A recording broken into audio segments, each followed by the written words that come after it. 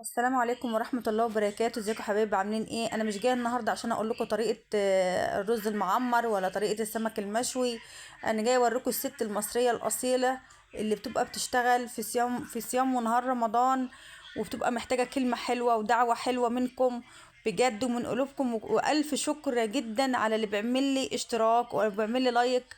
كتر الف خيره في ميزان حسناته ان شاء الله. انتوا عارفين ان انا بشتغل في الكماج والرقاق والفطير وجميع انواع المخبوزات. الحمد لله، يا رب يدومها عليا نعمه. طبعا انا كنت طول النهار شغل ومتاعب، وده كان قبل المغرب بساعه بالظبط. فاضطريت ان انا اشوي سمك مع رز معمر في الفرن مع بعضه. وطبعا الرز بيبقى جميل وريحته جميله الحمد لله، مفيش اي مشكله. بس ان انا ضميت بين الاتنين في الفرن علشان خاطر الوقت بس.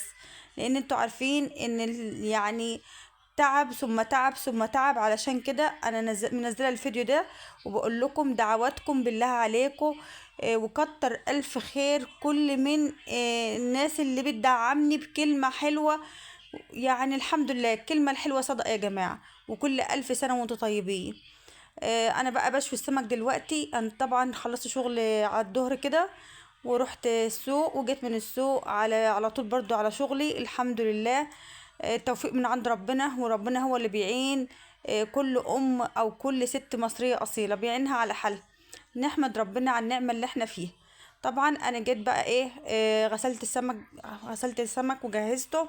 عارفين ان احنا برضو في مدارس، وطبعا طول النهار مدارس ودروس وهلكة برضو مع ولادي، وربنا يعين ولادنا وولاد المسلمين جميعا.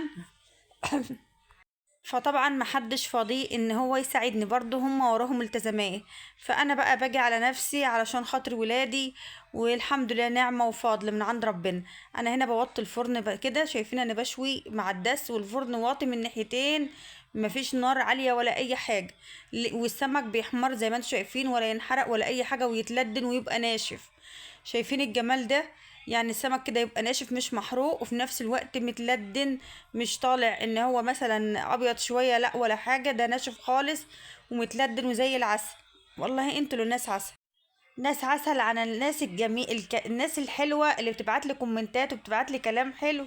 فعلا بيرفع من الروح المعنوية. معلش عفوا يا جماعة، انا طبعا عندي من قاعدة قدام الفرن زي ما يكون عندي نازلة. والحمد لله ده اللي كان مانعني من النزول من نهارها. فانا محتاجة بجد دعواتكم دعواتكم دعواتكم. وما شاء الله احلى سمك في احلى دقة ممكن تاكليها. والسمك ده طبعا ممكن تشويه على عادي على صاجة على البوتاجاز، مفيش اي مشكلة.